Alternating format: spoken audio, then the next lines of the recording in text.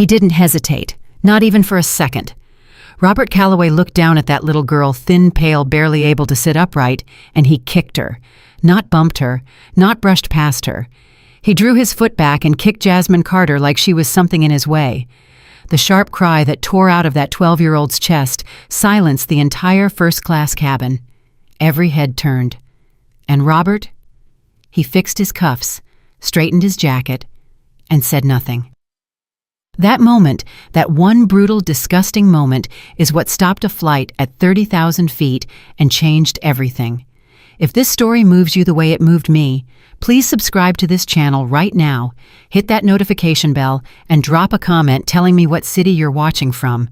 I want to see how far this story travels. Now let's go back to the beginning. The morning Denise Carter packed her daughter's medication into a clear Ziploc bag, she counted every pill twice. That was something she had started doing 6 months ago when the doctors first used the word serious in a sentence that had Jasmine's name in it. Serious. Like the word itself needed to be handled carefully, turned over, slowly examined from every angle before you let it land in your chest.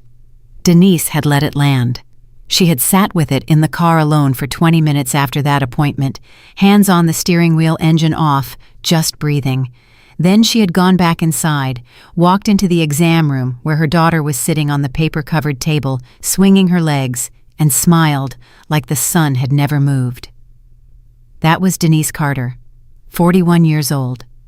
Broad-shouldered, quiet, voiced the kind of woman who made other people feel safe just by standing near them. She worked double shifts at the hospital where she was a licensed practical nurse, and she had done so for the past 8 months without complaint, banking every extra dollar, cutting every unnecessary expense, because she had made her daughter a promise.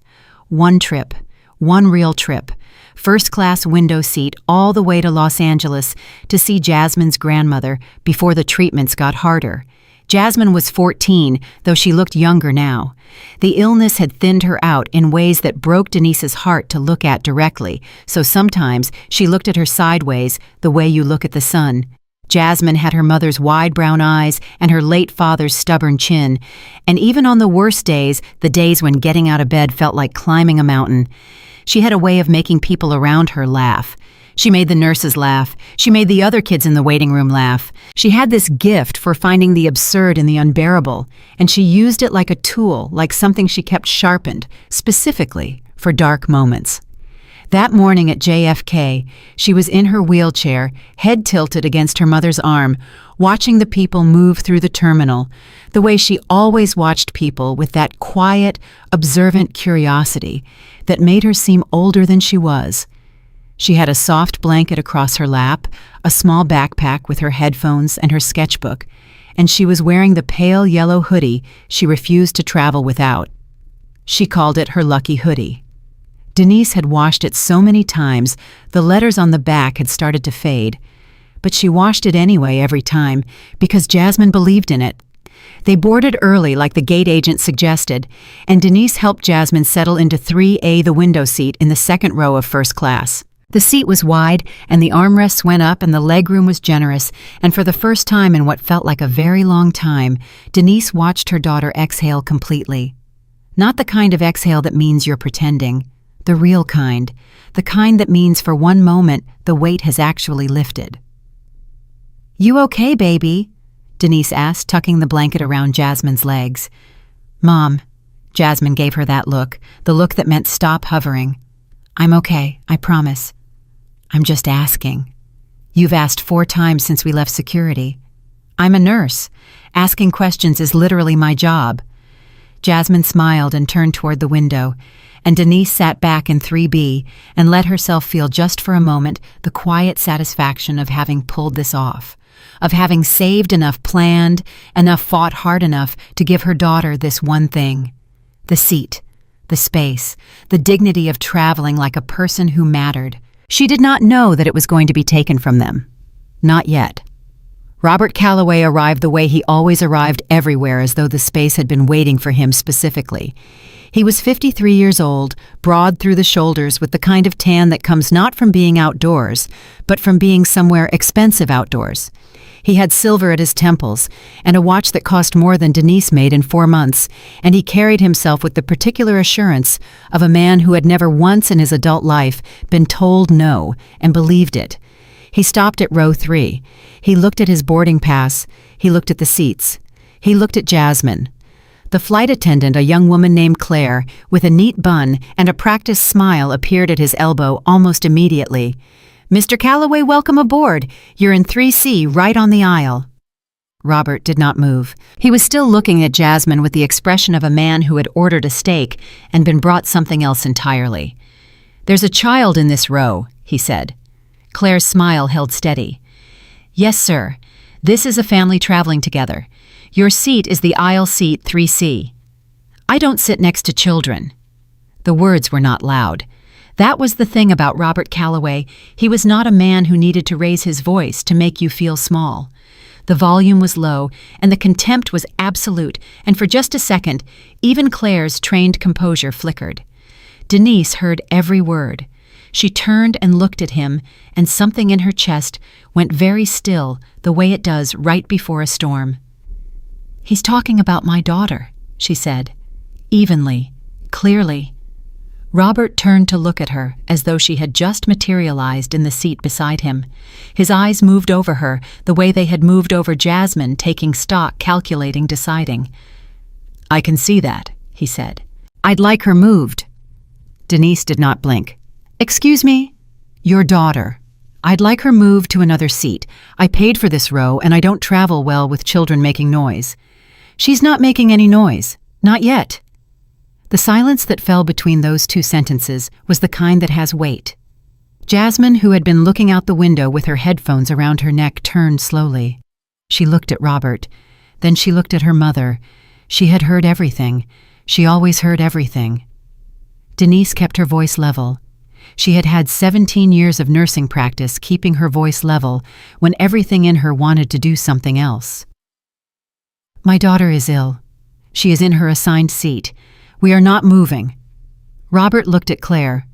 "Is there another row available?" Claire cleared her throat. "Sir, both passengers are in their assigned seats. I'm not able to ask them to move." "I'm not asking you to ask them." Robert set his carry-on in the overhead bin with a precise, unhurried movement. "I'm asking you to offer them a courtesy upgrade to a different row. Coach has open seats in the back." The word coach landed like a slap. Not loud, just deliberate. Jasmine turned back to the window. Denise saw her daughter's jaw tighten. She saw her pull her blanket a little higher. And something in Denise's chest moved. Not anger, not yet something more careful than anger. Something that said, "Pay attention, because this is not over." Claire excused herself to speak with the lead flight attendant. Robert took his seat in 3C. He put on his reading glasses, opened his laptop, and behaved for approximately 4 minutes, like the whole exchange had never happened. Then Jasmine shifted in her seat, just shifted, adjusting her position, the way any person adjusts their position when they're trying to get comfortable, and her elbow touched the shared armrest. Robert looked at the armrest. He looked at Jasmine's elbow. He looked at his laptop screen. Then, without turning his head, he said, "Can you keep still, please?" Jasmine looked up at him. She didn't say anything. "I need to concentrate," he said. "The noise is distracting." "She didn't make any noise," Denise said from one seat over. "The movement, the fidgeting, it's distracting." "She's getting comfortable. She has a medical condition that makes it—" "I don't need the details," Robert said, still without turning his head. That was the moment the other passengers started paying attention. The woman across the aisle in 3D, later identified as Patricia Huang, a retired school principal, traveling alone to visit her son, looked up from her magazine. The couple in row 4 exchanged a glance. A man in 2B turned his head just slightly. The cabin had that charged quality now, the way air feels before lightning. The lead flight attendant came back. Her name tag said Melissa, and she had 20 years of experience and the particular exhaustion of someone who had seen too many Robert Callaways to be surprised by them, but still found them draining. She crouched beside the seats to keep her voice low. "Mr. Calloway," she said, "I've checked with our gate team. There are no available first-class seats to offer as an alternative. Both passengers are entitled to remain in their assigned seats." then move them to business. Sir, that's not a service we offer on this aircraft, and I want to be clear there is no basis for asking these passengers to change their seats. Robert leaned back. He looked at Melissa the way he had looked at everything else in the last 10 minutes, as a problem that had not yet been solved correctly. I'm a Platinum Elite member, he said. I fly 300,000 miles a year with this airline. I would like to speak with the captain. Melissa straightened. I'll let the captain know of your concerns, she said carefully. I want to speak with him directly. I understand. I'll convey your request. She walked toward the cockpit, and Denise watched her go with the calm expression of a woman who is working very hard to keep her composure intact. Under the blanket, she found Jasmine's hand and squeezed it. Jasmine squeezed back without turning from the window. Mom, Jasmine said quietly, just for Denise. I know. He's not going to stop. I know, baby. What are we going to do? Denise squeezed her hand again. We're going to sit right here, in our seats, that we paid for, and we are not going anywhere. Jasmine was quiet for a moment. Then she said so softly that Denise almost missed it, I don't want to ruin the trip. And that quiet little sentence was the thing that finally cracked something open in Denise's chest. Not Robert's arrogance, not his contempt, not his careful, deliberate way of making them feel like they didn't belong.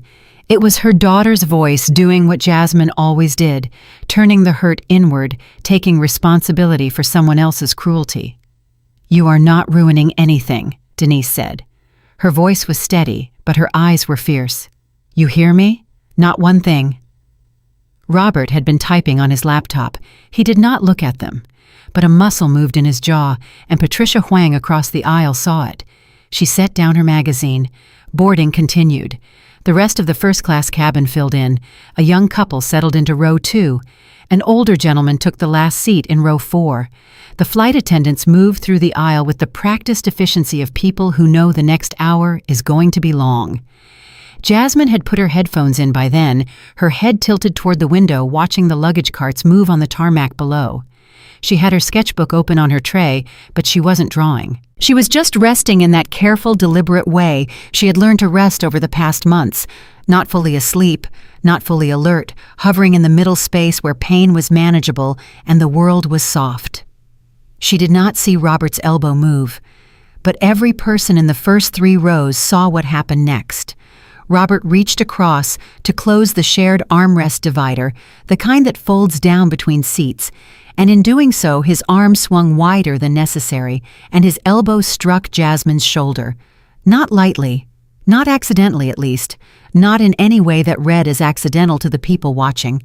His arm had momentum and direction, and when it connected with Jasmine's shoulder, her whole body lurched sideways. Jasmine cried out. It was a sharp, involuntary sound, the kind that comes not from surprise, but from real physical pain, the kind of cry that has nothing performed about it, that comes straight from the body before the mind can stop it. The cabin went silent. Denise was out of her seat before the cry had fully left Jasmine's lips. What did you just do? Robert looked at her over his reading glasses. I was closing the divider. You hit my daughter. I adjusted the armrest. You hit her. Denise's voice had not risen. It had done the opposite. It had dropped, gone very low and very tight, the voice of someone who is exercising enormous restraint. She is sick. She is in pain. And I didn't hit her. I adjusted the armrest. The child was in the way. Patricia Huang stood up from her seat across the aisle. Excuse me, she said in the clear, carrying voice of a woman who had spent 30 years commanding rooms full of 8-year-olds. That was not an accident. Everyone in this row saw what you did. Robert looked at Patricia, the way he looked at everything a new problem, same category. This doesn't involve you. A child was hurt. That involves everyone on this plane. From row 4, a man's voice. She's right. That wasn't an accident. Robert turned to look. The man in row 4 was about 60 solid, wearing a flannel shirt and a look of quiet disgust. He was not the kind of man who picked fights. He was the kind of man who had decided that this was a fight worth picking. Mind your own business, Robert said. I am minding it, the man said. You just hit a sick kid. The flight attendant Claire appeared, then Melissa right behind her. The aisle suddenly felt very small. Denise was still standing, one hand on Jasmine's shoulder, checking her over with quick, practiced nursing hands. Jasmine was pale, paler than usual. Her face had that tight, controlled expression of someone trying not to show how much they hurt. "I'm okay, Mom," she said, but her voice was thin. "Don't tell me you're okay when you're not. I don't want to make it worse." "You're not making anything worse." Denise turned to Melissa. Her voice was clear and direct. "He struck my daughter. I need this documented. Now." Melissa pulled out her incident notepad. Robert watched this with the expression of a man who was beginning to realize that the usual rules were not operating correctly. "I would like to explain what actually happened," he said. "You can explain it to me," Melissa said quietly. "But first, I need to make sure the child is okay." She knelt beside Jasmine. "Sweetheart, are you hurting anywhere?" Jasmine looked at her. She had her mother's wide brown eyes, and they were very bright right now, very present, and behind them was something that was not quite fear and not quite anger, something in between, something that comes from being hurt by someone who does not think you matter enough to apologize to. "My shoulder," she said, "and my side. I have a condition that makes—" She stopped, swallowed.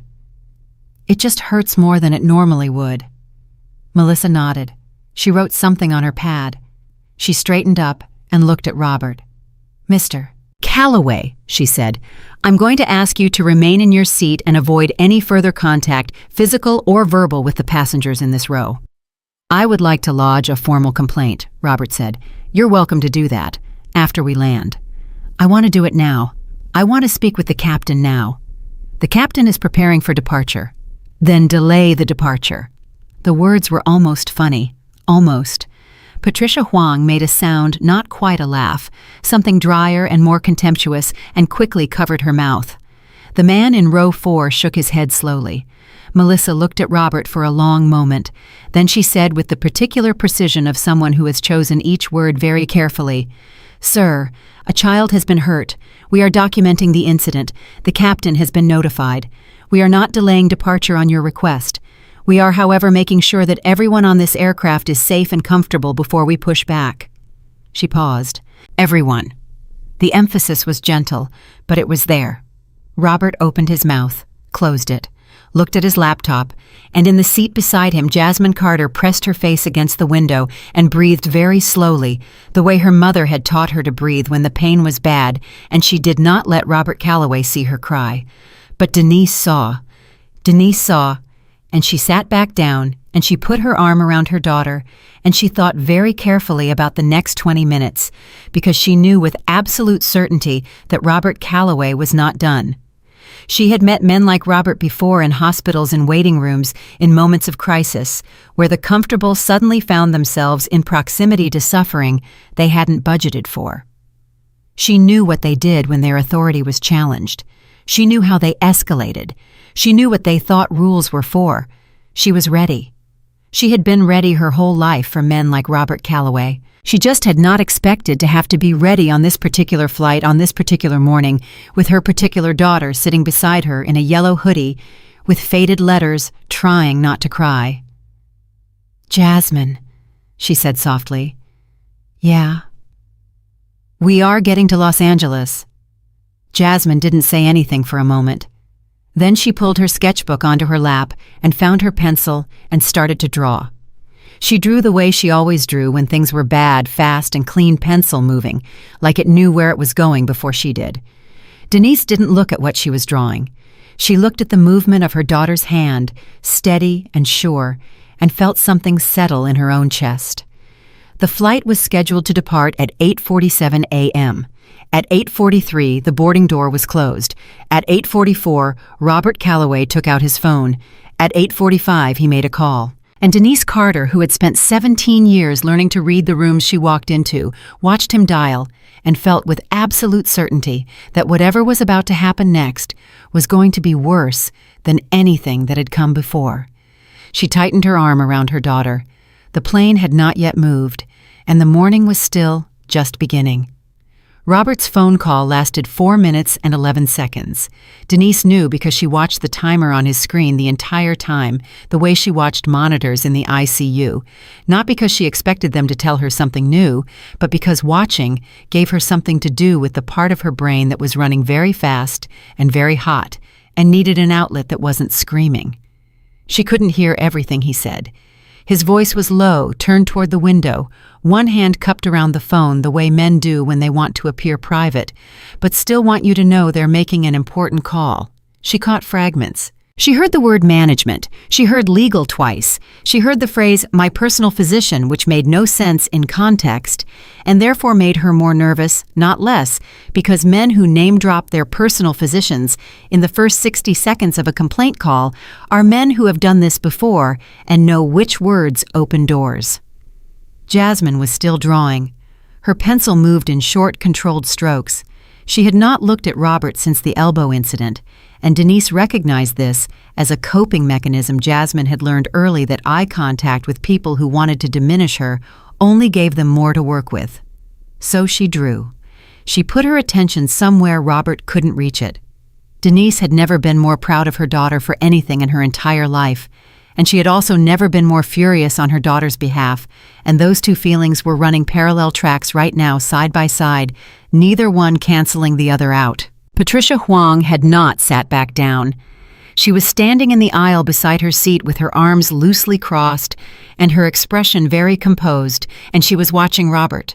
The way Denise was watching Robert, except Patricia Huang had the look of a woman who was also thinking about what she was going to say when she got off this plane and found someone with authority to say it to. The man from row 4 had leaned forward so that his elbows rested on the back of the seat in front of him. His name, they would learn later, was Gary. Gary Odom, 62, from outside Albany, a retired firefighter who had driven to JFK that morning to catch a flight to Phoenix to see his first grandchild born. He had a phone in his hand, and he had been holding it at a careful angle for the past several minutes, and Patricia had noticed, and she had given him a small nod, and he had nodded back, and neither of them had said a word about it out loud. Robert ended his call. He set his phone face down on the tray table. Then he turned and looked directly at Melissa, who was standing near the galley entrance with her incident notepad and the particular expression of a flight attendant who was doing the math on a situation she did not start. I just spoke with your regional vice president of passenger relations, Robert said. His name is Daniel Archer. He has my mobile number, and he's expecting a call from your captain within the next 15 minutes. Melissa looked at him. The look was not hostile. It was not accommodating. It was the look of a woman who has heard a version of this sentence approximately 200 times and is currently deciding whether this particular version of it is different from the others.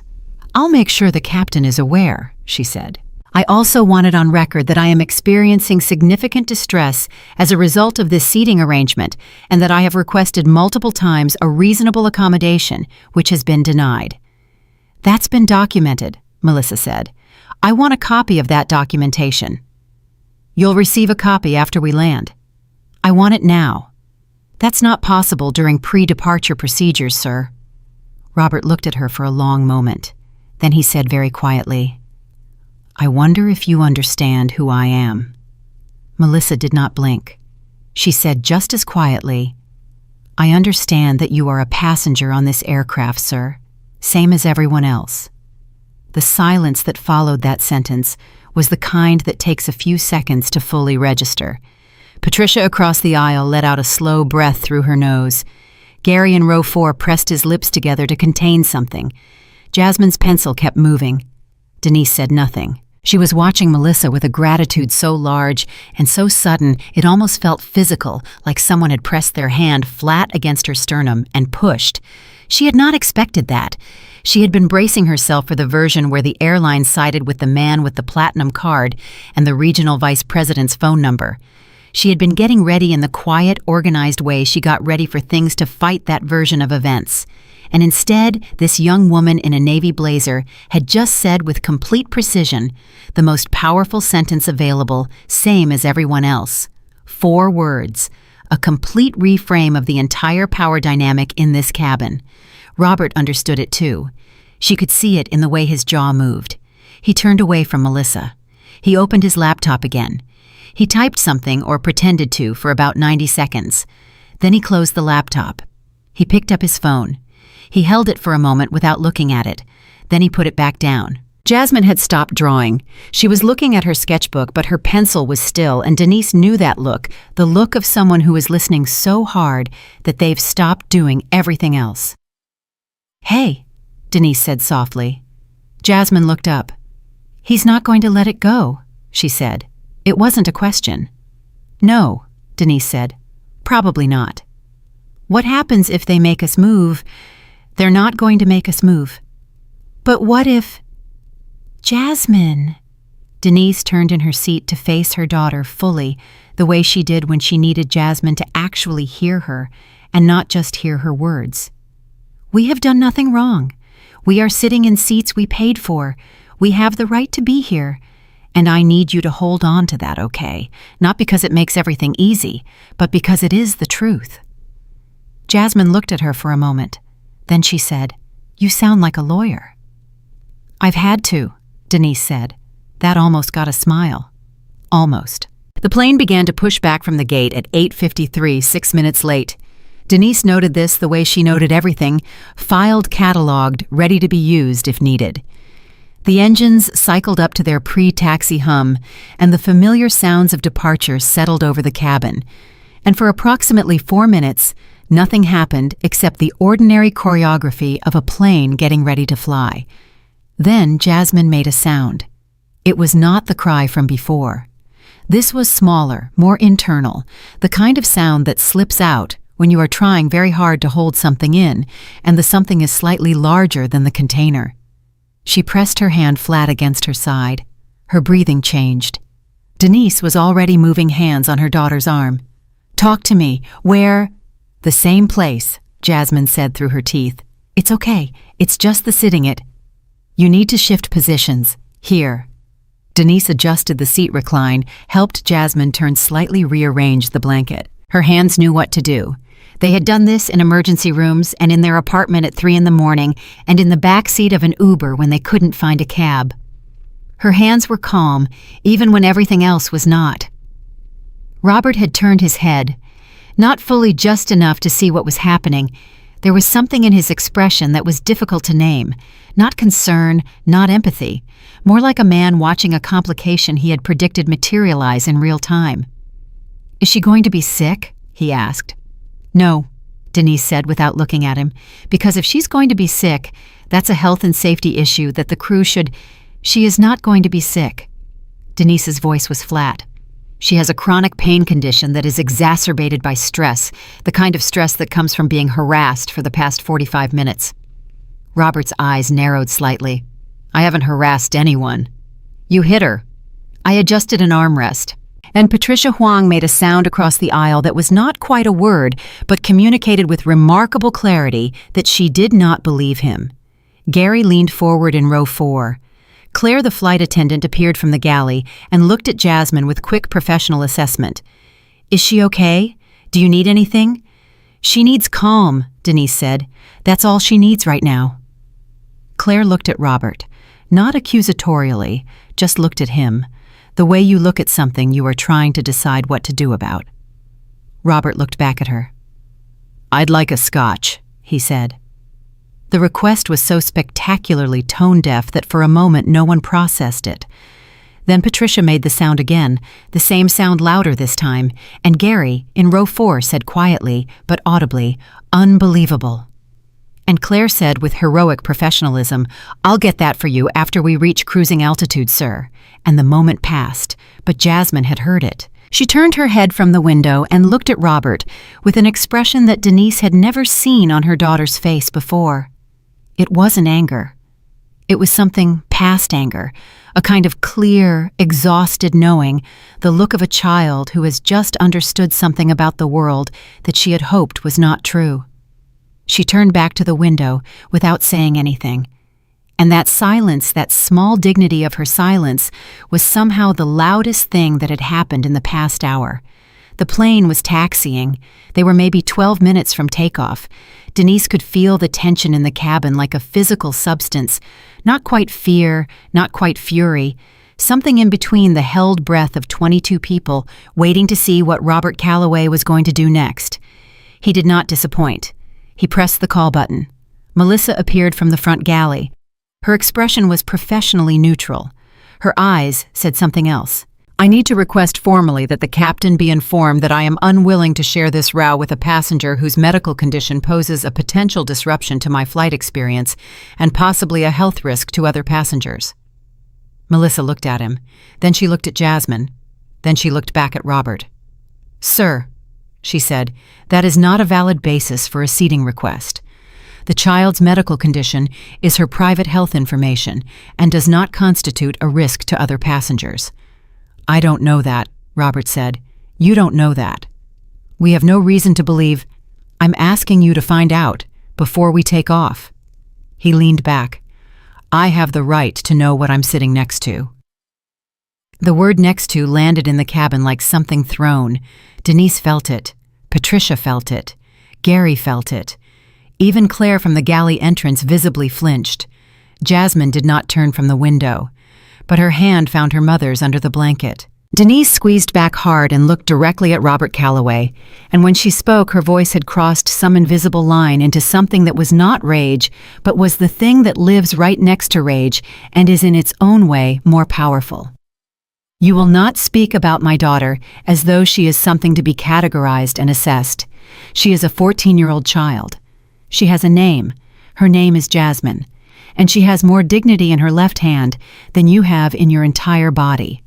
Robert looked at her. "I'm not going to be spoken to like that." "Then stop giving me reasons to. You need to lower your voice." "I haven't raised it." And she hadn't. That was the thing. Her voice was completely level. It was the content that had the volume, not the delivery, and every person in the front of that cabin heard it and understood the difference. Patricia uncrossed her arms. "She's right," she said from across the aisle. "Everything she said is right." A Gary from row 4. "I've been recording since you hit that child, just so everyone knows." Robert turned in his seat. For the first time, the composition of his face, that careful, managed expression of a man who is always the most important person in any room, showed something underneath. Not shame, not guilt, not yet. But the first hairline crack of the realization that this situation had exceeded the boundaries of the usual script. "You're recording me," he said. "I am," Gary said. "That's illegal." "New York is a one-party consent state," Gary said with the calm of a man who had looked this up before he pressed record. "And we're in a public transportation vehicle, so no, it's not." Another silence. Longer this time. Melissa had her notepad out again. She was writing. She wrote for a long time, which meant she had a lot to write, which meant the documentation of this flight was going to be very thorough, which was the thought Denise held onto as she felt the plane slow, and she thought for one wild, disorienting second that they were stopping, that the plane was actually stopping on the taxiway, and she looked out past Jasmine's shoulder at the lights outside and tried to understand what was happening. Then Melissa's radio crackled. She lifted it to her ear, listened. Her expression shifted in a way that was very small and very significant. She lowered the radio. She looked at the cabin. She did not look at Robert. She looked at Denise. "Ma'am," she said, "the captain has asked me to inform you that he's been briefed on the situation in this row. He's requested a brief hold before we proceed to the runway." She paused. "Ground medical personnel have been asked to come to the aircraft." Robert's head snapped toward her. "What?" "The captain has concerns about the health and well-being of a passenger," Melissa said, carefully, precisely. "I didn't ask for medical personnel," Robert said. "I asked to speak with the captain." "The captain will speak with you," Melissa said, shortly. "This is completely—" "Sir." Melissa's voice had taken on a quality that was not loud and was not angry and was not in any technical sense disrespectful, but that nonetheless put a full stop at the end of a sentence in a way that Robert Calloway had possibly never experienced in his life. The captain has made a decision. The plane is holding. Please remain seated." Robert stared at her. Around the cabin, passengers had their phones out now, not all of them, but enough. Enough that the situation had that particular modern quality of something that is being witnessed and recorded, and will exist beyond this moment, beyond this aircraft, beyond the control of anyone currently in it. Jasmine had turned from the window. She was looking at Melissa with those wide brown eyes, and then she was looking at her mother, and Denise saw the question in her face, the same question she herself was trying to answer. Is this good or bad? Is this help or complication? Is this the moment things get better or the moment they get worse? Denise put her arm around her daughter and pulled her close. "Whatever happens next," she said quietly, just for Jasmine, just in the space between their two faces. "I am right here. You understand. I am not moving." Jasmine nodded. She was trembling slightly, either from pain or cold, or the particular exhaustion that comes from holding yourself together in the presence of someone who wants to take you apart, and Denise held her tighter. The plane had stopped. Outside, through the window, lights were moving on the tarmac, coming closer. Robert Calloway was looking at those lights with an expression that had finally fully crossed the line from entitlement into something that looked for the first time like uncertainty. Like a man who had played a game he knew very well by the rules he had always relied on and had just noticed that someone had quietly changed the board. He picked up his phone, put it down, picked it up again. Patricia Huang sat back down, crossed her legs, and folded her hands in her lap with the composed, patient expression of a woman who had just decided to watch something to its conclusion. Gary Odom in row 4 kept his phone exactly where it was, and Jasmine Carter, 14 years old, exhausted and hurting, and still wearing her lucky yellow hoodie, leaned her head against her mother's shoulder and closed her eyes. She did not know yet what was coming. None of them did. But the lights outside were getting brighter, and the plane was very still. And somewhere above them in the cockpit, a captain who had been flying for 26 years was reaching for his radio and doing something that nobody in first class had expected when they boarded that morning. He was making a choice. The door at the front of the aircraft opened with a sound that was not loud, but that carried through the cabin the way significant sounds do not, because of their volume, but because of their timing, because everyone was already listening, already leaning in, already holding the particular stillness of people who know something important is about to happen and don't want to miss it. 2 paramedics came aboard first.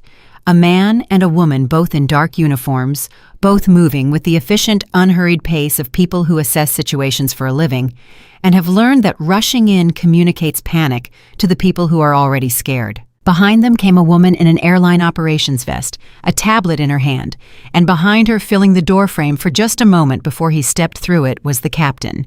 His name was Captain David Reeves, 54 years old, silver hair, pressed uniform, the kind of face that has been through enough turbulence, literal and otherwise, to have settled into a permanent expression of measured calm.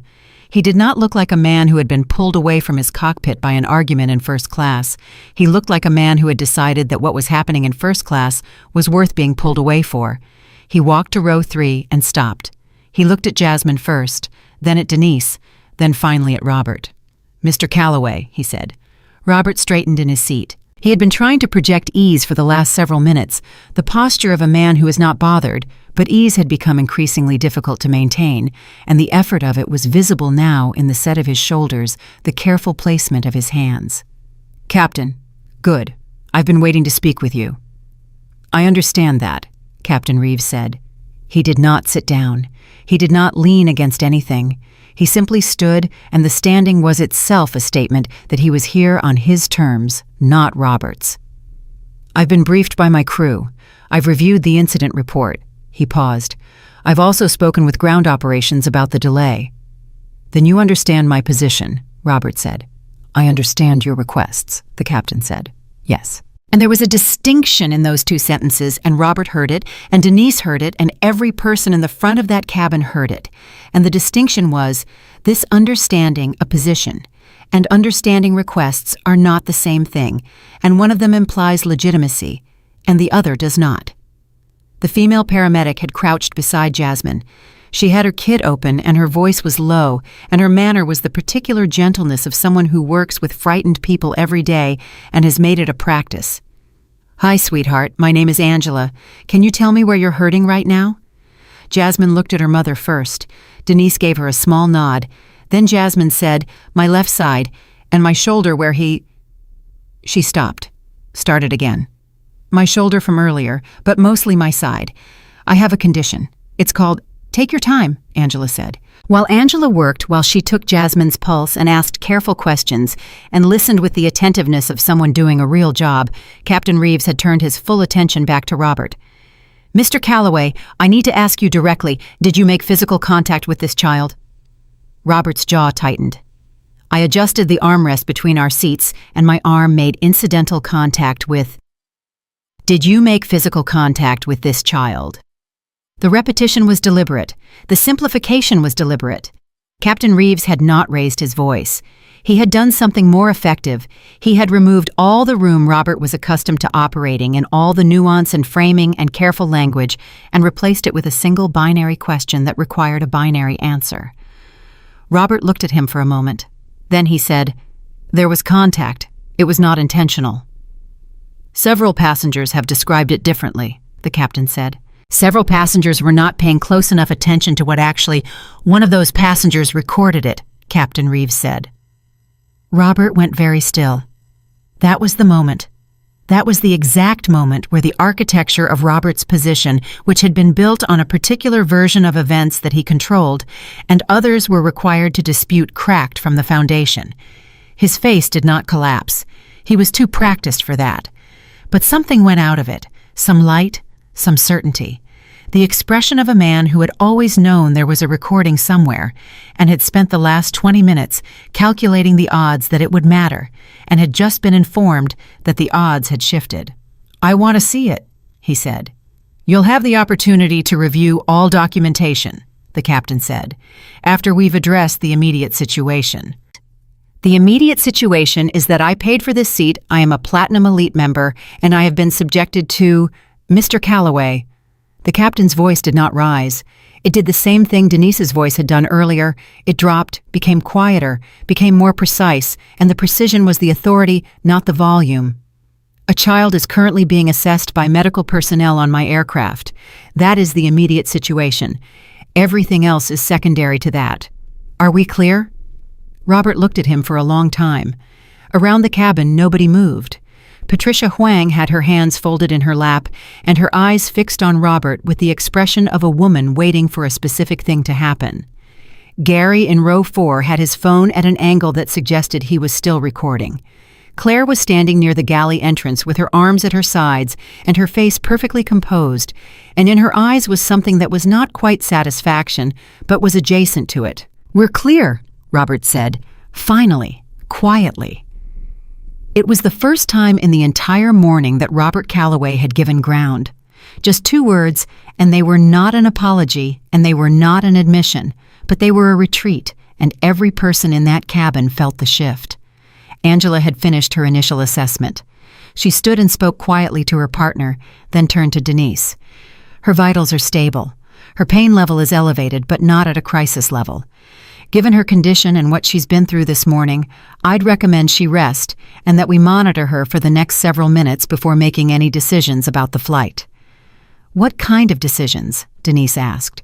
"Whether she's comfortable continuing to fly today, or whether she'd benefit from being seen at a facility first?" Angela said it plainly without drama, the way medical people say hard things when they respect the person they're saying them to. "That's ultimately your call and hers, but I want you to have the full picture." Denise turned to Jasmine. Jasmine was looking at her with an expression that Denise knew well, the fierce, quiet determination of a child who has been asked to be accommodating by her body for too long and is not willing to be accommodating by other people any longer. "I want to get on the plane," Jasmine said. "Baby, we need to think about— Mom, I have been thinking about this trip for 4 months. I have been through 12 treatments and 2 hospitalizations, and I have not complained once." Jasmine's voice was steady. It was so steady it was almost alarming. "I am not getting off this plane." Angela looked at Jasmine with something that moved across her face quickly and was gone. Not quite a smile. Something softer than a smile. Something like recognition. "What's in Los Angeles?" she asked. "My grandmother," Jasmine said. "I haven't seen her in 2 years." Angela nodded slowly. She looked at Denise. Denise looked back at her. Something passed between them, the wordless agreement of two women who both understood exactly what was at stake and exactly what was right.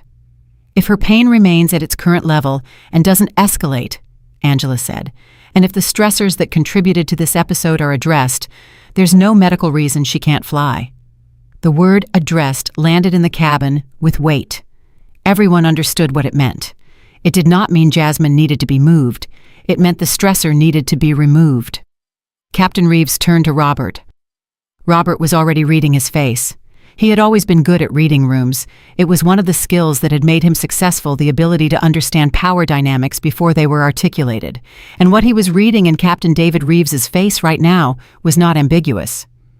"You want to remove me from the aircraft," Robert said. "I haven't said that." "You're thinking it." "Mr. Calloway," the captain said, "what I'm thinking is that I have a responsibility to every passenger on this flight. What I'm thinking is that I have a child who is medically vulnerable and has been made significantly worse by interactions in this cabin. What I'm thinking," he paused just briefly, just enough to make the pause meaningful, "is that the choice you make in the next 60 seconds is going to determine a great deal about what happens next." Robert looked at him. He looked at Melissa, who was standing with her notepad. He looked at Angela, who was still crouched slightly near Jasmine's seat. He looked at Gary, who made no attempt to conceal his phone. He looked at Patricia, who looked back at him with the expression of a retired school principal who has seen this exact moment before, the moment when a person who has been operating on the assumption that the rules don't apply to them discovers in real time that they do. And then Robert looked at Jasmine. It was the first time he had really looked at her. Not at her presence, not at her as an obstacle, not at the idea of her as something inconvenient, but at her, the actual person, the 14-year-old girl with the yellow hoodie and the sketchbook and the wide brown eyes that were looking back at him with an expression that had no anger in it, only exhaustion, only the exhaustion of someone who is tired, so tired of being looked at like she is in the way. Something happened in Robert's face. It was very small. It was the kind of small that you could miss if you weren't watching carefully, and most people would have missed it, but Denise didn't miss it. Denise was a nurse, and nurses learn to watch faces the way pilots watch instruments. Everything communicates, everything means something, and the smallest readings are often the most important ones. What she saw in his face was not remorse. It was too early for remorse. What she saw was the first moment of genuine recognition, the moment where the person he had constructed in his mind as a problem, as an inconvenience, as a thing to be managed, came suddenly into focus as a human being, as a child who was sick, as a child who was scared, as a child who had done nothing to him except exist in a seat he wanted to feel belonged to him. He looked away, quickly. The way you look away from something that hurts. He looked at the captain. "What are my options?" he said. It was not quite a question. It was a sentence that had been drained of its earlier authority and was now just words sitting there waiting to be answered. Captain Reeves told him. There was a seat available in business class 2 rows back. Not first class, but private, separated away from this row. He could take it voluntarily. He could have his luggage moved and his meal service continued, and he could fly to Los Angeles in a different seat, and when they landed, the airline would review the incident documentation and follow whatever process that review required. Those were his options. The captain laid them out with the same precise, unhurried calm with which he had conducted this entire conversation, and he laid them out in a way that made clear there was really only one option, and that the choosing of it was the last piece of agency Robert had available to him. Robert was quiet for a moment. He closed his laptop. He put his phone in his jacket pocket. He reached up and pressed the release on the overhead bin, and he took out his carry-on. He did not apologize. He stood in the aisle with his carry-on in his hand, and he looked one more time at Jasmine, and Jasmine looked back at him, and whatever Robert had been expecting to see, resentment, triumph, relief, he did not see it. What he saw was a 14-year-old girl watching him with eyes that were old enough to understand exactly what had happened and too young to have learned yet how to pretend they hadn't. He moved toward the back of first class. He did not look at Patricia. He did not look at Gary. He did not look at any of the other passengers who were watching him walk away from the row he had spent the last hour trying to claim. Claire guided him to his new seat in business class. The curtain between cabins was pulled, and in row 3, Denise Carter let out a breath that she had been holding in pieces for the past hour and 20 minutes. The cabin breathed with her, not loudly, but collectively. The specific exhale of 22 people releasing a tension that had been building since 8:43 that morning. Patricia Huang stood up. She walked the 2 steps across the aisle and crouched beside Jasmine's seat with her hands on her knees and her voice low and direct in the way of a woman who does not waste words. "You were extraordinary," she said. "You know that," Jasmine blinked. "I didn't do anything." "You sat there," Patricia said. "You held your ground. You didn't let him make you small. That is everything, sweetheart. That is absolutely everything." Jasmine looked at her for a moment. Then her face did something complicated. It moved through several expressions quickly, like pages turning, and she pressed her lips together and nodded, and Denise put her arm around her, and Jasmine leaned into it, and for a minute neither of them said anything. Gary came forward from row 4. He stopped at the edge of row 3 and looked at Denise. He held up his phone. "I've got all of it," he said quietly. "From the first time he spoke to you. You want a copy? I'll send it to you right now." Denise looked at him. At this 62-year-old man from outside Albany who had driven to the airport that morning to see his first grandchild born and had ended up spending his pre-flight making sure that a child and her mother had a witness. "Please," she said. "He sent it. She saved it." They exchanged numbers without ceremony, with the efficiency of people who understand that paperwork and documentation are not bureaucracy, but protection, and protection is what matters. Angela came back to check on Jasmine one more time before she and her partner prepared to leave the aircraft. She checked her pulse, asked about the pain, got a 4 out of 10 instead of a 7, nodded. "You're going to be okay," she told Jasmine. "I know," Jasmine said, and this time the certainty in her voice was not bravado. It was real. Angela looked at Denise. "You have my card. If anything changes during the flight, you tell the crew immediately and they contact us. Okay." "Okay," Denise said. "Thank you." "You don't need to thank me." Angela paused at the end of the sentence, like she wanted to say something else, and then she said it. "That woman, you are your daughter, sees it. You know that, right?" Denise didn't answer. She didn't need to. The answer was in her face, and it was too large for words anyway. The paramedics left. The operations manager left. Captain Reeves paused at the entrance to the cockpit. He turned and looked at Denise one more time and gave her a single direct nod, not performative, not for the cabin, just a nod between 2 people who understand each other, and then he stepped through the door and it closed behind him. Melissa came by with water and a small cup of fruit that nobody had ordered and that appeared without announcement or explanation, the way small kindnesses appear when people feel guilty about how long it took them to arrive. She set it on Jasmine's tray. She looked at Denise. "I want you to know," she said, "that what happened in this cabin today is going to be documented fully. Everything." "I know," Denise said, "and I want to—" Melissa stopped. Started again. "I should have moved faster, earlier, before it got to where it got." Denise looked at her. She thought about saying it was fine. She had spent a lot of her life saying things were fine when they weren't making space for the discomfort of people who had not done enough letting them off the hook, because letting them off the hook was easier than holding it. She thought about saying it. Then she said something else. "You got there," she said. "That matters." Melissa nodded. She moved back toward the galley. Her shoulders were straighter than they had been 40 minutes ago, and Denise noticed that too.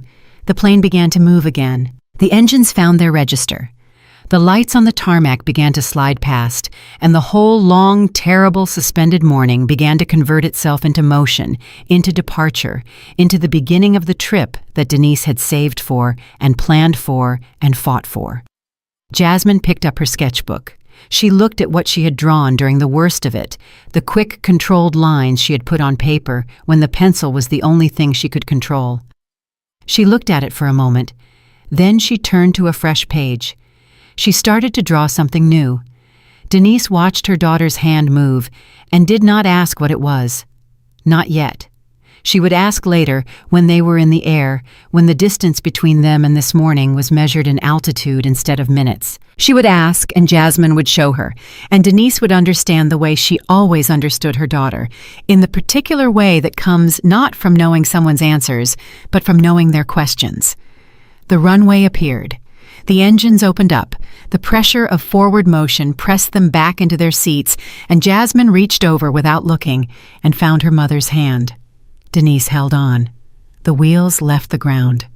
And somewhere in business class, behind a pulled curtain in a seat that was not the seat he had demanded, and the row that was not the row he had tried to claim, Robert Calloway sat with his laptop closed and his phone face down and a scotch he had not touched, staring at nothing in the specific silence of a man who was beginning slowly, reluctantly, with great difficulty to understand the full weight of what he had done. The plane climbed, the city fell away below them, and row 3 first class was finally completely, entirely quiet. They were at 31,000 feet when Jasmine fell asleep. It happened the way exhaustion always overtook her after a hard episode. Not gradually, not with warning, but suddenly completely, like a light switching off.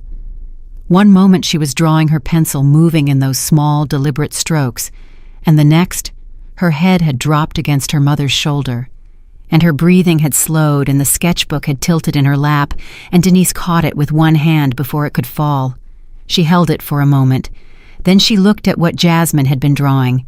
It was a man in a suit, small in the corner of the page, and in the center, large and clear, a woman and a girl standing side by side, the girl's chin lifted, and around them rendered in Jasmine's careful, expressive lines what looked like a circle of people.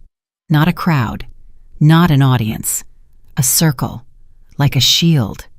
Denise stared at it for a long time. Then she closed the sketchbook gently and held it against her chest and looked out the window at the nothing and everything of high-altitude sky and let herself feel for the first time since 8:43 that morning the full weight of what had happened and the full relief of what had not. She had not cried yet. She had not had room to cry. There had been too much to manage, too much to track, too many decisions moving too fast, and crying was something she had learned to schedule, something she did later privately when the person she needed to protect could not see it. But now Jasmine was asleep, and the cabin was quiet, and the sky outside was enormous and completely indifferent, and Denise Carter allowed herself 30 seconds. She counted them. She let her eyes fill, and she let the tears come, and she pressed her lips together and breathed through it. And at 30 seconds she stopped, because 30 seconds was what she had, and it was enough. Patricia Huang across the aisle was looking at her. Not intrusively, not with pity, with the particular look of a woman who has seen another woman hold herself together past the point where holding together should have been possible, and who is simply acknowledging quietly that she saw it. Denise gave her a small nod. Patricia gave one back. No words. None were needed. The flight had settled into its cruising rhythm, that specific hum and vibration that becomes, after a while, almost meditative. The other passengers in first class had returned to their screens, their books, their meals, in the slightly subdued way of people who have witnessed something large and are now processing it privately. The curtain to business class was still drawn. It had not moved since Robert had disappeared behind it. Melissa came by with a proper meal service, warm plates, real silverware, the kind of care that communicated without stating it directly that the crew was aware of what this family had been through and was making up for it in the only currency currently available to them. She set the tray on Denise's table carefully so as not to disturb Jasmine. She looked at the sleeping girl with an expression that was not professional and not performed, just human. "She okay?" she asked. "She's okay," Denise said. "She sleeps like this after a bad episode. It's actually a good sign." Melissa nodded. She started to move away, then stopped. "There's something you should know." she said quietly. "The captain filed a formal incident report before we reached cruising altitude. It goes directly to the airline's safety and conduct division. That's not routine. That's him using a specific classification that triggers a mandatory review." Denise looked at her. "What does that mean practically?" "It means this doesn't get buried in a customer service queue," Melissa said. "It means people at a level above customer relations are going to look at it. Today, not in 3 weeks. Denise absorbed this. She looked at the curtain at the back of the cabin. "And Mr. Calloway, what's his status?" "He's in his seat," Melissa said. "He's been quiet." She said the word in a way that had layers to it. Quiet, meaning more than the absence of noise. Quiet meaning, contained quiet meaning, still quiet meaning, the particular quality of a man who is sitting with something he does not know yet how to put down. Denise looked at the curtain a moment longer. Then she looked at Melissa. "Thank you," she said. "For the captain. For all of it." "I want to be honest with you," Melissa said. "We should have moved faster, before the elbow, before any of it. I'm sorry we didn't." It was a real apology. Not a company apology. Not the kind framed in liability and passive voice, but a direct personal apology from a woman who was looking her in the eye. Denise recognized the difference because she had heard both versions enough times to know them on contact. "I hear you," Denise said. That was all she said. She had already given her grace to Melissa once on the ground, and she didn't take it back, but she also didn't expand it because expanding it would have required her to minimize what had happened, and she was done minimizing things for other people's comfort. She had been done with that for a long time. She had just not always had the energy to act like it. Melissa left. Denise ate her meal with one hand, keeping the other pressed lightly against Jasmine's arm, and she stared at nothing and thought about everything, and let her mind do the thing it did when she was processing, running back over the morning, cataloging it, finding the places where things could have broken differently and the places where they hadn't. She thought about the moment Jasmine had said, "I don't want to ruin the trip." She thought about it with a particular sharpness, because that sentence was the one that had the most in it, not the fear or the pain, but the reflex to apologize for existing in a situation someone else had created. She recognized that reflex. She had grown up with it. She had spent 20 years carefully, deliberately, systematically unlearning it, and she had not managed to keep it entirely out of her daughter. And that fact sat in her chest like a small stone that she was not yet sure what to do with. Gary appeared at the end of the row. He was carrying a coffee from the galley, and he stopped like a man who wasn't sure if he should approach, and Denise gestured at the empty seat across the aisle. Patricia had moved up to the galley area to stretch her legs, and Gary sat down. "How's she doing?" he asked, nodding toward Jasmine. "Sleeping," Denise said, "which is good." "Good." Gary looked at his coffee, turned the cup in his hands. He was a big man with a quiet manner and the kind of hands that have done physical work for a long time and carry the evidence of it. "I got a grandson coming today," he said. "My first. That's where I'm going. Phoenix." "Congratulations," Denise said. "I've been thinking about that," he said. "About my grandson and about—" He stopped. Tried again. "I've got a daughter. She's 32. And I keep thinking if she were ever on a flight and something like this happened to her and someone sat across the aisle and didn't do a damn thing." He shook his head. "I couldn't live with that." Denise looked at him. She felt the sentence land the specific weight of a man describing a choice he had made in real time and the reason underneath it. "You didn't do nothing," she said. "I should have said something sooner," Gary said. "Before it got to the elbow. I heard what he said to you from the beginning, and I sat there, and I waited, and Gary." Denise said his name the way she said things when she needed them to stop and be heard. "You got there, you stood up, you recorded it, and you sent it to me, and you looked him in the eye when he told you to mind your business." She paused. "That is not nothing. That is the opposite of nothing." Gary was quiet for a moment. Then he nodded the kind of nod that means, "I'm going to try to believe what you just said. I'm going to keep that recording backed up in 3 places," he said. "Whatever you need it for." "I know you will," Denise said. Gary went back to his seat. Patricia came back from the galley and resettled across the aisle with her magazine, though she wasn't reading it. She was looking out the window with the quiet focus of a woman working through something in her mind. After a moment, she lowered the magazine and looked at Denise. "I used to be a school principal," she said. "I know," Denise said. "You mentioned." "I dealt with a lot of parents like him," Patricia said. "Not at my school. We were a public school on the south side. We didn't attract a lot of Robert Callaways. But at the district level, in meetings, people who believed the institution existed to serve their specific comfort, and everyone else was background noise." She paused. "You know what the ones like him are most afraid of?" Denise looked at her. "What?" "Being ordinary," Patricia said. "Being seen as ordinary, as someone who has to follow the same rules as everyone else. That is genuinely the deepest fear for a man like that. Not consequences, not public opinion, the ordinariness of being accountable." Denise thought about that. She thought about Captain Reeves saying "same as everyone else" through Melissa's words, and she thought about how Robert's face had changed when he heard it, and she thought Patricia Huang might be exactly right. Then Jasmine stirred. She came back up from sleep slowly, the way she always did, first her hands moving, then her breathing changing, then her eyes opening in that unfocused way that meant she was present but not yet assembled. She blinked at the seat back in front of her. Then she turned her head and found her mother. "Hey," Denise said. "Hey." Jasmine's voice was thick with sleep. She looked around the cabin. She looked at the empty seat beside her where Robert had been. Something moved through her face, relief, and something more complicated than relief.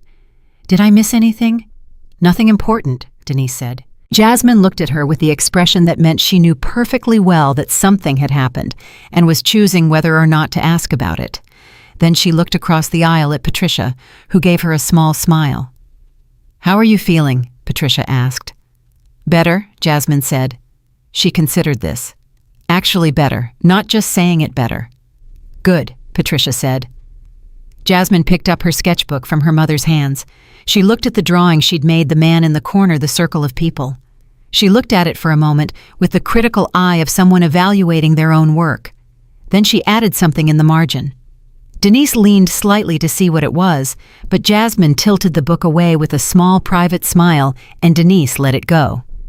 That was when Melissa appeared from the direction of the business class curtain, and her expression was different from any expression she had worn yet that morning. Not alarmed, not professional, something tighter. She crouched beside Denise's seat. "I need to tell you something," she said, keeping her voice low. "Mr. Callaway has been on his phone for the past 40 minutes. I don't know who he's been talking to, but one of the flight attendants in business class overheard him saying, and I want to be precise here, he said the words wrongful removal and hostile targeting and the name of what sounds like an attorney." Denise looked at her steadily. "He's going to claim he was the victim. It sounds that way." Jasmine, who had heard every word despite her mother's hopes, turned from her sketchbook. "He's going to say we did something to him." "He's going to try," Denise said, and she said it with a specific flatness that was not defeat, but was so far from defeat, it had circled back to something that felt almost like readiness. "Mom," Jasmine's voice was very clear, "we have the video. Gary has the video." "I know." "And the flight attendants filed a report. And the captain filed a report. And the paramedic." "I know, baby." "So he can say whatever he wants," Jasmine said. "It doesn't change what's on the tape." Patricia Huang across the aisle said very quietly, "Out of the mouths of babes." Denise looked at her daughter, at this 14-year-old girl who had just survived a hostile, painful, humiliating 2 hours at 31,000 feet, and was sitting there talking about evidentiary video with the clear-eyed precision of someone who had already done the emotional processing and come out the other side. And she felt something in her chest that was enormous and warm and difficult to name. It was pride, but it was more than pride. It was something that doesn't have a clean word in English, the specific love a parent feels when they realize their child has become somewhere in the process of growing up a person they genuinely admire. "He can say what he wants," Denise agreed, "and we'll be ready for it." "Mom." 2 hours into the flight, the intercom clicked. Captain Reeves's voice filled the cabin calm, clear, the voice of a man who has been talking to people in high-stakes situations for so long that calm has become his natural register. Ladies and gentlemen, this is your captain. We're currently at 31,000 feet with smooth air ahead. Our estimated arrival in Los Angeles is on schedule. I also want to take a brief moment to say, and this is not something I do often, but I believe it's warranted today, thank you to the passengers in this cabin for your patience, your composure, and your decency this morning. You know who you are. He clicked off. The cabin was quiet for a moment. Then Gary from row 4 began to clap. Not loudly, just steadily, deliberately, the kind of applause that is not performance but is statement. Patricia joined him, then the couple in row 2. Then one by one the other first-class passengers, until the cabin held a quiet, sustained sound that was not about volume, but was about something else entirely, about the collective recognition of a morning that had been witnessed together and endured together and was now finally beginning to resolve. Jasmine looked around the cabin. She looked at each person clapping, and her face moved through something complicated and private. Then she looked at her mother, and Denise was already looking back at her, and what passed between them in that moment required nothing verbal. No translation was the complete and entire communication of two people who know each other at the level beneath language. Behind the business class curtain, Robert Calloway heard the applause. He heard it clearly because fabric curtains do not block sound, only sight lines. He heard it, and he sat in his seat with his phone face down on the tray table and his untouched scotch turning to water as the ice melted, and he stared at the seat back in front of him. His attorney had told him on the phone 40 minutes ago that the optics were not favorable. Those were the words he had used. Not favorable. He had said, Robert, if there is footage and it shows what you're describing, there is nothing I can do about optics. He had said the best thing you can do right now is stay quiet, stay still, and let me work on the language. And Robert had said he understood, and he had put the phone down, and he had sat very still. And what he had found in the stillness was something he had not expected and was not equipped for. He kept seeing her face. The girl's face. Not the expression she'd worn when he first looked at her, not the thing he had categorized as inconvenience, but the expression she'd had when he finally really looked at her, the exhaustion in it, the dignity of it, the particular quality of a child who has been through something enormous and has decided somewhere in the process not to let it make her smaller. He had a daughter. She was 26, lived in Seattle, called him on birthdays and Thanksgiving, and not much else, and there was a distance between them that had developed over years, and that he had always attributed to her schedule, her life, her choices. He had never attributed it to himself. He had never looked at the distance and asked which direction it had grown from. He was asking that now.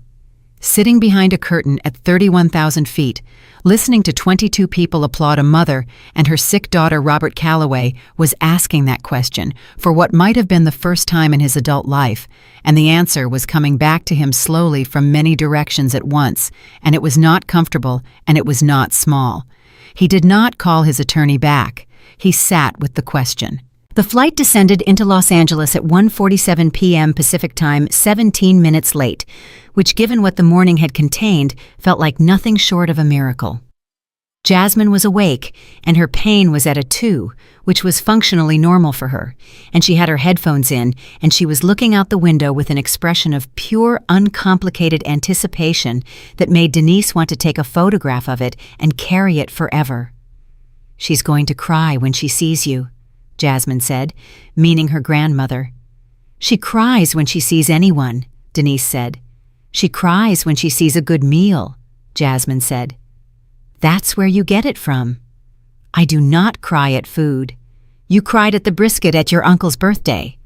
"That brisket earned it," Jasmine said, and Denise laughed a real laugh, full and sudden, the kind that comes out when you've been holding tension for so long that the release has nowhere else to go. Patricia laughed too from across the aisle because she had heard, and the laugh was contagious the way real laughs always are.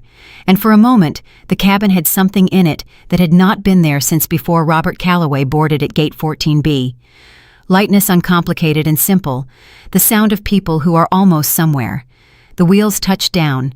The reverse thrusters engaged, and as the plane decelerated down the runway and the world outside the windows became recognizable again, concrete light, the particular sprawl of Los Angeles in the afternoon, Melissa appeared at the front of the cabin with her notepad and a small envelope. She handed the envelope to Denise. Denise opened it. Inside was a handwritten note on airline stationery in the precise, even handwriting of a man who had spent 26 years writing notes in cockpits where shaking was not an option. It said, "Mrs. Carter and Jasmine. What you did this morning, staying in your seats, holding your ground, doing it with grace, matters more than you know. What this crew did or did not do quickly enough has been noted and will be addressed. You will hear from us. Safe travels. And to Jasmine, feel better. The world needs people like you in it. Captain David Reeves." Denise read it once. Then she handed it to Jasmine without a word. Jasmine read it. She read it twice. Then she folded it very carefully and put it in the front pocket of her yellow hoodie, pressed flat against her chest, and looked back out the window as the plane pulled toward the gate. The seatbelt sign clicked off. Around the cabin, the sounds of departure, the unclicking of belts, the retrieving of bags, the first flight of the day stiffness of people standing for the first time in hours. Patricia Huang touched Denise's arm as she passed. Gary Odom stopped and looked at Jasmine and said simply and directly, "Congratulations on being the toughest person on this aircraft today." And Jasmine looked up at this 62-year-old man with a grandchild waiting for him in Phoenix and said, "Go meet your grandson." And Gary laughed and moved down the aisle. The business class curtain did not open. Not while first class was deplaning. Robert Calloway remained behind it, sitting waiting, doing what the curtain could not actually do, staying invisible for as long as visibility remained optional. Denise and Jasmine were the last passengers to leave first class. Jasmine had her backpack on and her sketchbook in her hand, and she was moving slowly, but moving under her own power, which was always how she preferred it. As they passed the business class curtain, Denise did not look at it. She looked forward. She kept her eyes on the open aircraft door and the jetway beyond it, and the city that was on the other side of the airport, and her mother who was in that city, and did not yet know what her daughter and her granddaughter had been through that morning. Jasmine looked at the curtain. She looked at it for just a moment.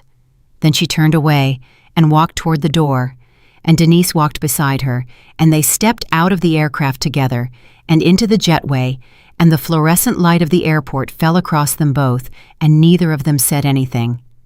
But Jasmine took her mother's hand, and Denise held it, and they walked. The airport moved around them the way airports always do, indifferent, loud, relentless, and Denise and Jasmine moved through it the way they moved through most things together. Unhurried, Jasmine's hand still in her mother's, even though she was 14 and had spent the last 2 years informing anyone who would listen that she was too old to hold hands in public. She was holding her mother's hand now. She didn't say anything about it, and neither did Denise. They collected their bags from the carousel without speaking much. There was a particular kind of quiet between them that was not empty. It was full, actually overfull, containing everything that had happened since they'd boarded at 8:43 that morning, and neither of them was ready yet to open it up and go through it piece by piece.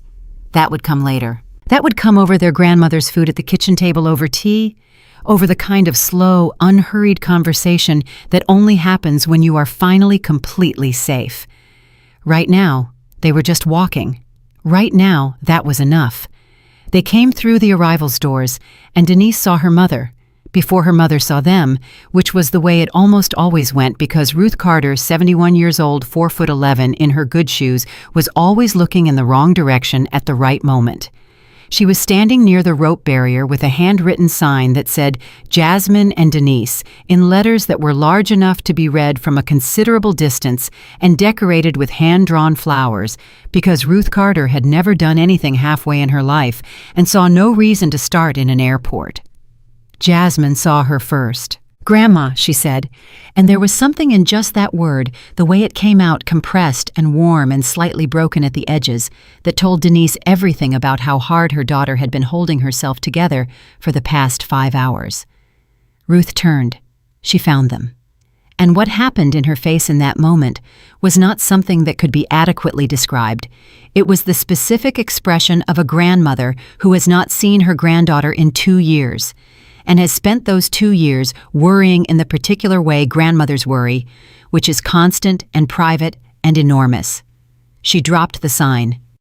She covered the distance between them at a speed that was not consistent with 71 years old, and she took Jasmine's face in both hands and looked at her the way you look at something you have been afraid of losing.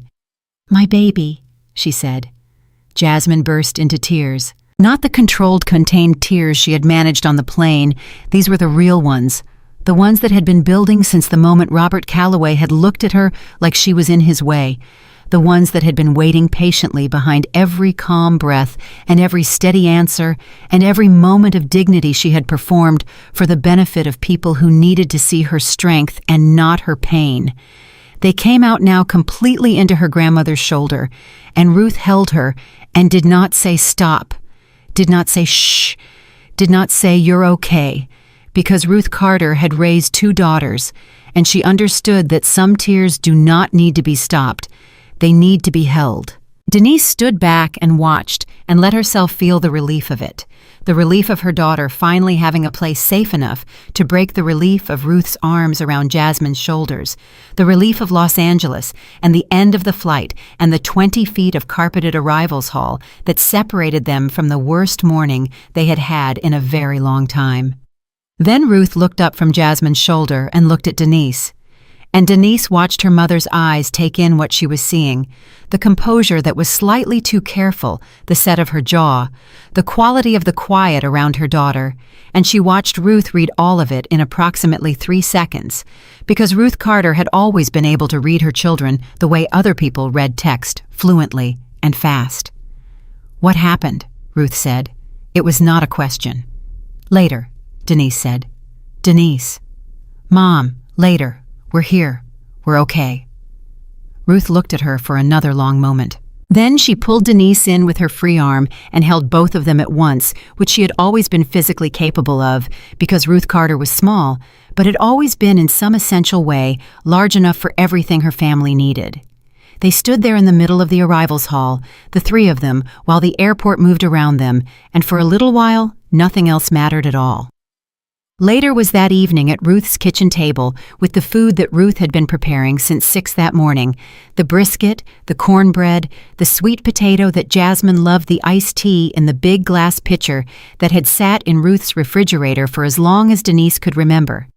Jasmine sat with her feet tucked under her and her plate in front of her and ate with the focused, genuine appetite of a person whose body had decided it was done being in crisis and was ready to be replenished. Ruth watched her eat with the satisfaction of a woman whose love language is feeding people and who has not had the opportunity to express it in 2 years.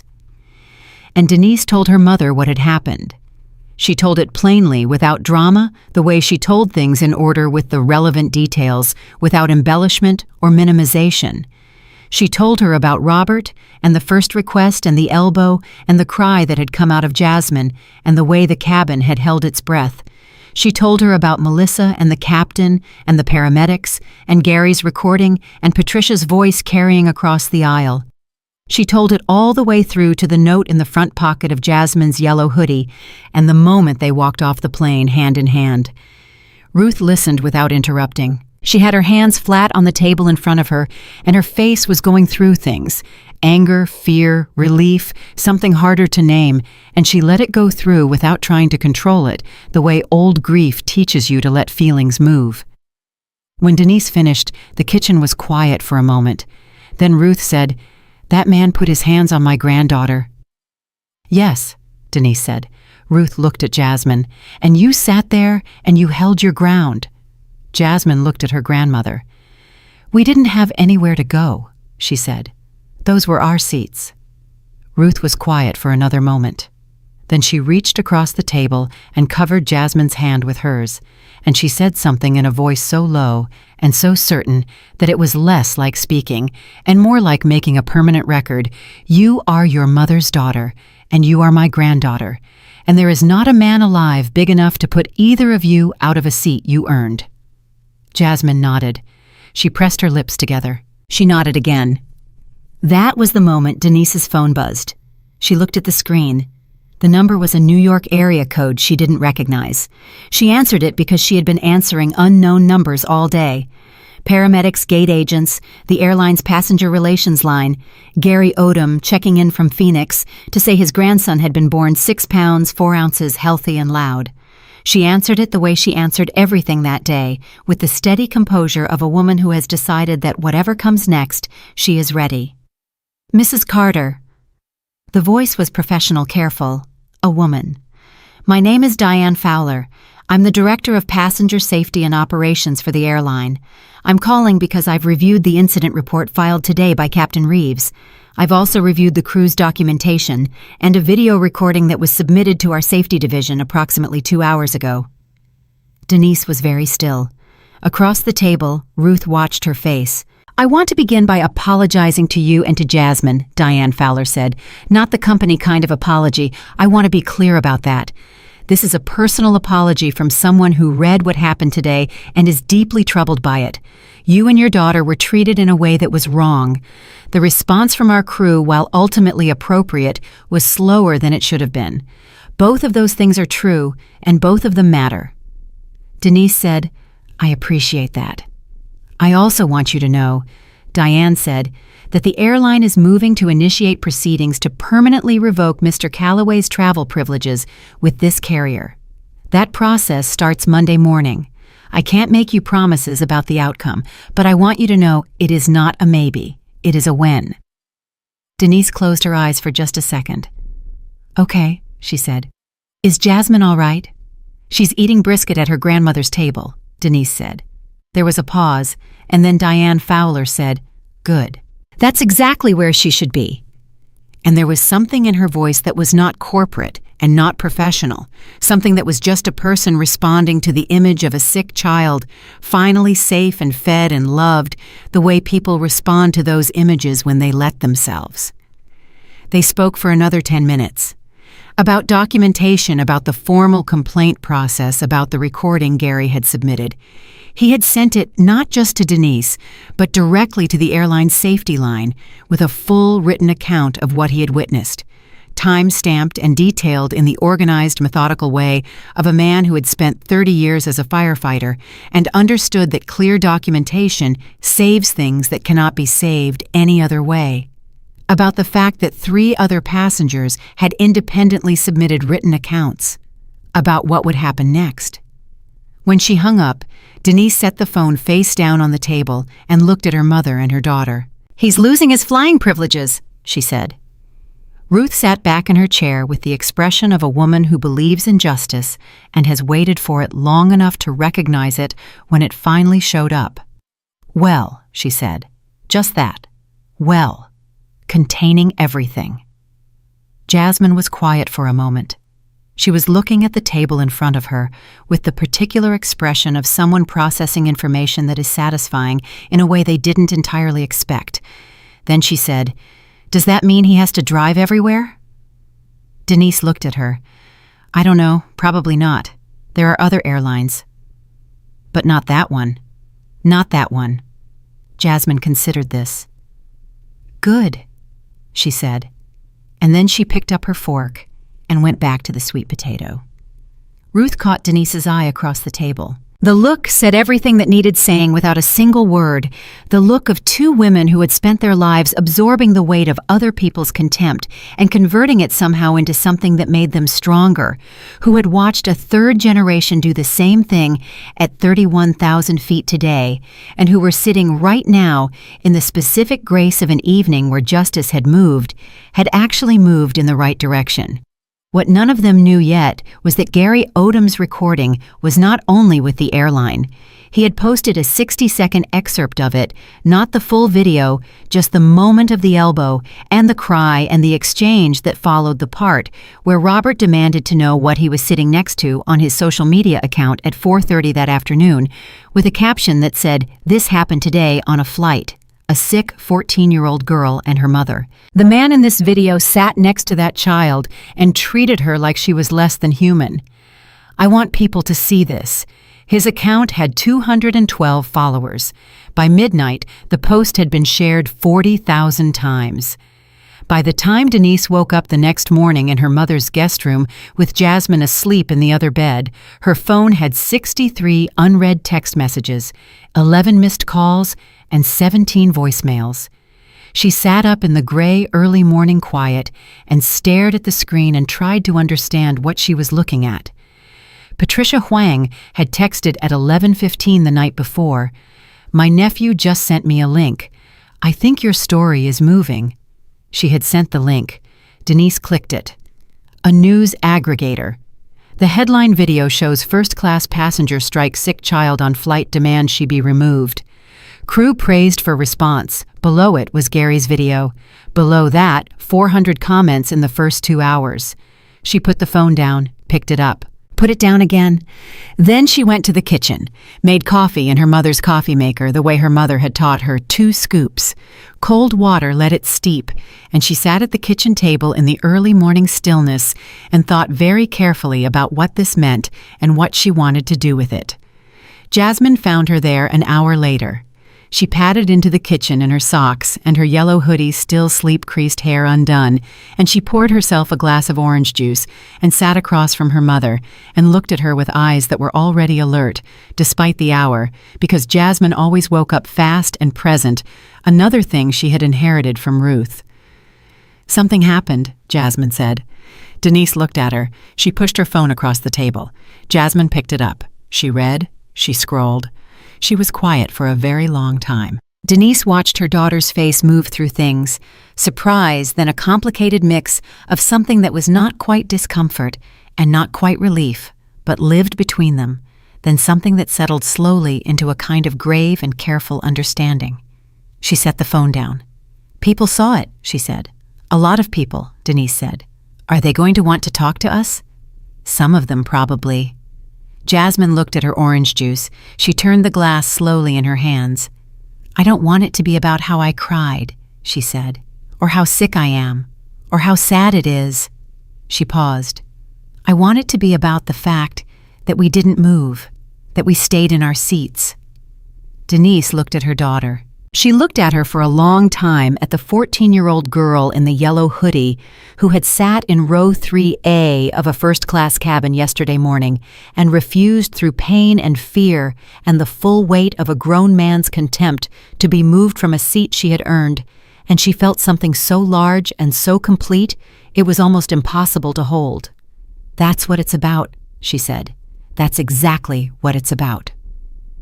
They made the decision together, a real decision discussed at the kitchen table with Ruth, listening from the stove, 3 generations of Carter women deciding collectively what they would and would not give the world access to. They would not speak to tabloids. They would not do interviews where Jasmine would be framed as a victim. They would not give anyone the image of a sick child in the passive position of someone bad things had happened to. But they would, when the right request came through the right channel, tell their own story in their own words and let people hear it directly, not the story of what Robert Calloway had done, but the story of what they had done, the staying, the holding, the not moving. The right channel came 2 days later. A journalist named Carla Reyes, who worked for a long-form digital publication that Denise had read for years, reached out through a direct, thoughtful email that did not promise anything and did not frame Jasmine as a tragedy. She said, "I want to write about 2 women who held their ground. If that's a story you want told, I'd like to be the person who tells it." Denise read the email to Jasmine. Jasmine listened with her chin resting on her hand and her eyes steady and direct. When Denise finished, Jasmine said, "She said women, plural." "She did." Jasmine thought for a moment. "Tell her yes." The article ran 10 days later. Its title was simple. It said they had every right to be there, and it told the story the way Denise and Jasmine had wanted. It told not as victimhood, but as resistance, not as tragedy, but as dignity, not as the story of what a man had done to a child, but as the story of a mother and daughter who had looked at a man who believed his comfort mattered more than their humanity, and had said with complete clarity and complete calm, no. It said no, with 2 bodies in 2 seats and 2 women who did not move. It said no, with a nursing professional's level voice and a 14-year-old's steady hand and a sketchbook and a yellow hoodie with faded letters and a grandmother's handwritten sign in an airport arrivals hall. It said no in the particular way that is most powerful and most lasting, not loud, not violent, not asking for permission or approval, but certain, absolute, rooted. Carla Reyes had asked Jasmine near the end of the interview what she wanted people to take from the story. Jasmine had thought about it for a moment, really thought in the deliberate way she thought about things that mattered. And then she had said, I want them to know that dignity isn't something someone else gives you. You carry it. You hold on to it.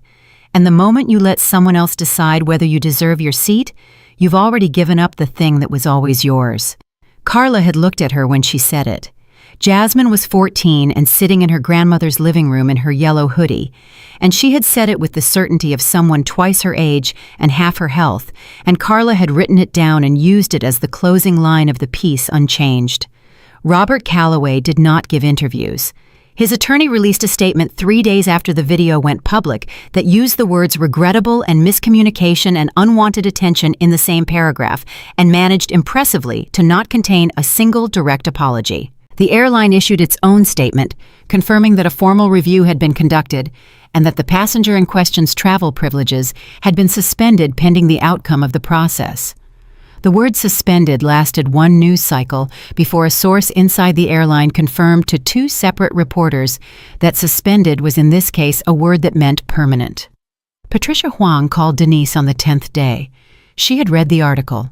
She said, "She wrote you exactly right." And then she said, "I've been a school principal for 30 years, and I have worked with thousands of children, and I want you to know that what your daughter said in that article is something I am going to use in classrooms for as long as I have classrooms to use it in." Gary Odom sent a photograph. His grandson, 6 days old, wrapped tight in a blue blanket, being held by a man with big hands and a face that had clearly been crying recently and did not mind who knew it. The message said his name is Carter. We named him after people who don't move when they should stay.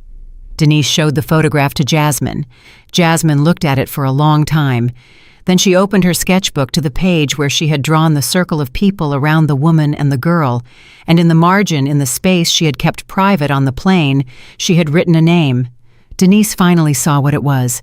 She had written us. Not me, not them. Us. The circle. All of it. Gary and Patricia and Angela, the paramedic, and Melissa, who had gotten there, and Captain Reeves, who had made the choice, and the 20 people who had held their breath and then released it together, and the woman in the operations vest, and the grandmother with the handwritten sign, and the journalist who had asked the right question. Us.